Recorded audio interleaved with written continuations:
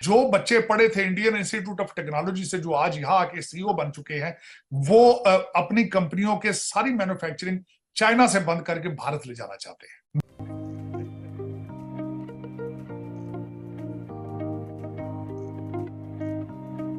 जब मैं बीजेपी के ललकार रैली में आया था तो इसी मैदान में आपसे कुछ गारंटी देके गया था। क्या मेरे जम्मू कश्मीर में आईआईएम नहीं होना चाहिए, आईआईटी नहीं होना चाहिए? मैं इसकी गारंटी करता हूं इस बात की कि इंडिया की मर्जी के बगैर आपको आईएमएफ लोन नहीं दे सकता, ना देता है।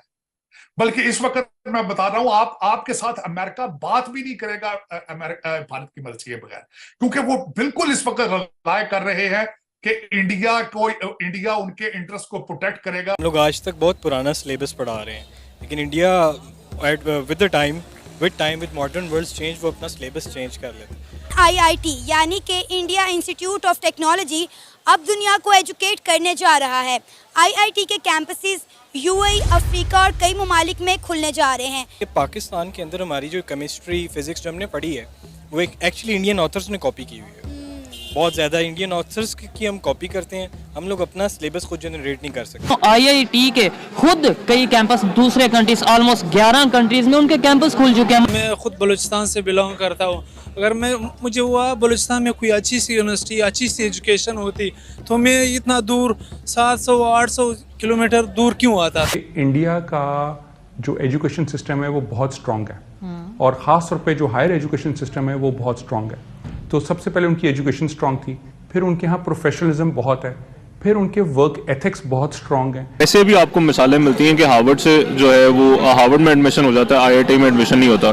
तो उनका आईआईटी का स्टैंडर्ड इस तरह का है, ठीक है। हमारे यहाँ है कोई इस तरह का मैनेजमेंट इंस्टीट्यूट या कोई आईटी का इंस्टीट्यूट? कि पाकिस्तान पीछे ज़रूर है, मगर हम लीप फ्रॉग कर सकते हैं, हम बहुत जल्दी आगे जा सकते हैं।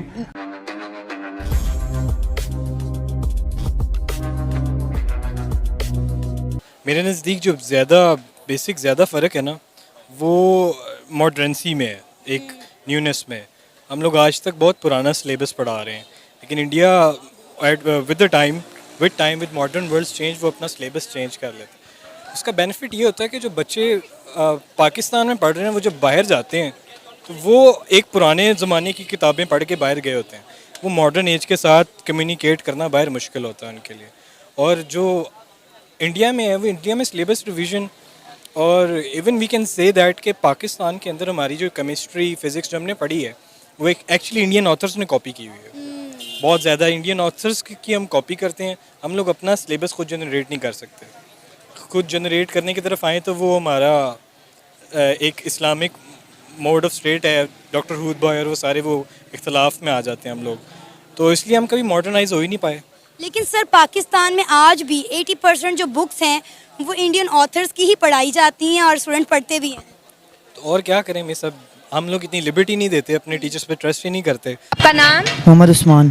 क्या करते हो उस्मान? हाफिज कुरान। हाफिज कुरान हो, मदरसे में पढ़ते हो? जी। अच्छा, कभी आपको मदरसे में ये साइंस, इंग्लिश या मैथ पढ़ाया गया है? जी। क्या पढ़ाया गया? साइंस से रिलेटेड कुछ जानकारी है तो बताओ। मैथ पढ़ाते हैं, मैथ, इंग्लिश, उर्दू। साइंस नहीं पढ़ाते? नो। क्यों नहीं पढ़ाते साइंस? पता नहीं।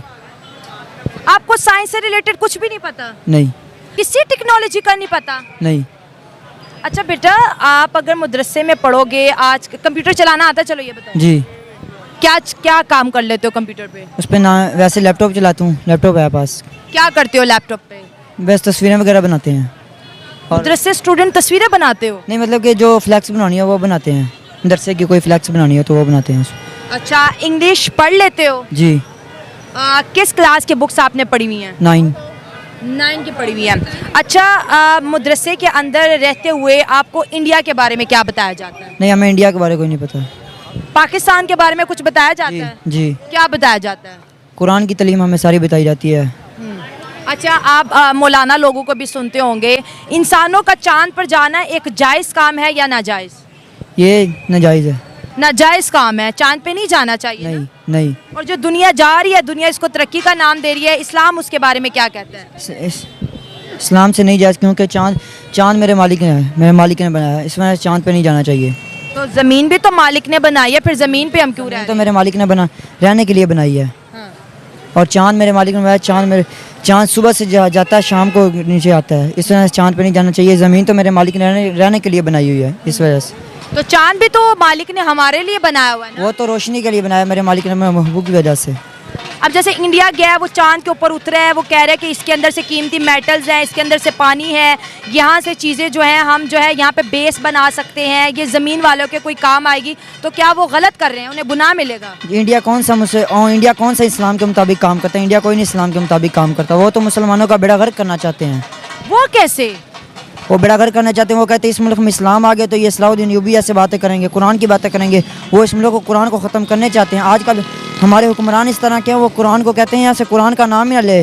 वो तो सिर्फ ये मुसलमान है जो कुरान कहते हैं, इस वजह से कुरान का नाम लिया जा रहा है, वरना वो तो कुरान को यहाँ से ख़त्म कर दें। मेरे आका ने फरमा दिया दुश्मन कोई काफिर किसी का मुसलमान का दोस्त नहीं बन सकता। जब मेरे आका ने फरमा दिया तो वो तो बात हक है। मेरे मालिक ने मैं जो भी मेरे महबूब ने फरमाया बात सच है। जब मेरे मालिक ने फरमा दिया मेरे महबूब ने, तो कहा कोई हिंदू या कोई काफिर मुसलमान का दोस्त कभी नहीं बन सकता, जितनी देर तक वो काफिर ना हो जाए या हिंदू ना हो जाए। ये जो है ज़मीन जो है ये बिल्कुल सुकून है। बस जो है ना चांद, ये इसके गिर्द जो घूमता है, ये घूम रहा है, ज़मीन घूमने रही है।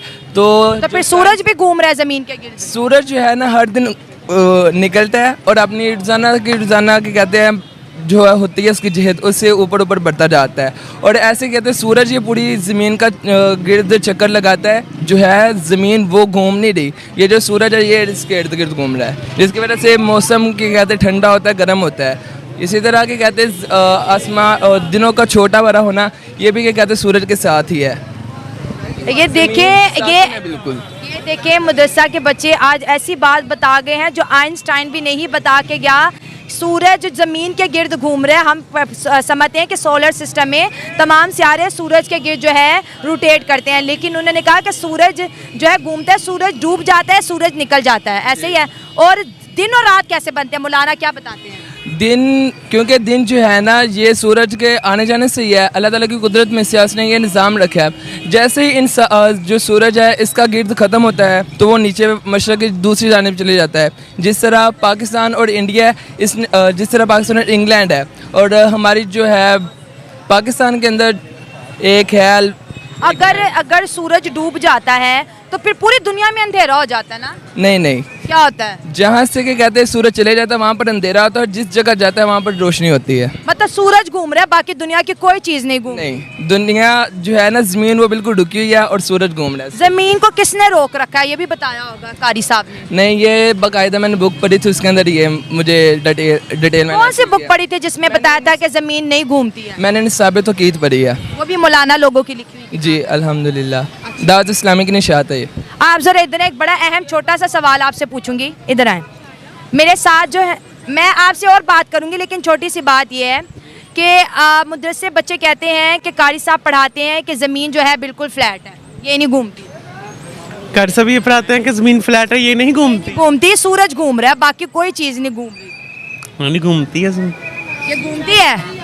तो फिर आपकी थ्योरी में फ़र्क क्या है? बस थैंक यू, इतना ही करना था, मैं बच्चों से बात कर रही हूँ। क्योंकि हम जो है ना इस्लाम में है ना, ये इस्लाम में है ये। अच्छा दोस्तों, इंडियन इंस्टीट्यूट ऑफ टेक्नोलॉजी यानी कि IIT यूनिवर्सिटीज़ का लोहा आज पूरी दुनिया मान रही है।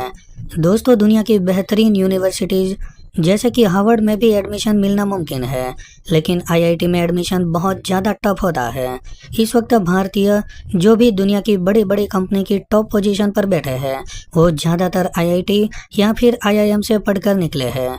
दोस्तों, 2013 में प्राइम मिनिस्टर मोदी ने अपनी जम्मू कश्मीर की रैली के दौरान ये वादा किया था कि जम्मू कश्मीर को हमारी सरकार बनने के बाद IIT और IIM दोनों मिलेंगे, और अब मोदी सरकार ने जम्मू में IIT को ओपन कर दिया है, और कुछ दिन पहले उसमें 3 और इमारत का इनॉग्रेशन प्राइम मिनिस्टर मोदी ने अपने हाथों से किया।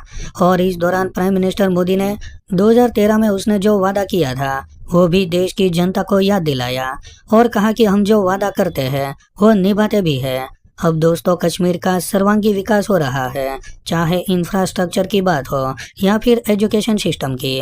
आज पूरा कश्मीर भारत से कंधा मिलाकर चल रहा है। तो दोस्तों, आज के लिए बस इतना ही। अगर आपको ये वीडियो पसंद आया हो तो वीडियो को लाइक कर दे और हमारे चैनल को सब्सक्राइब कर ले।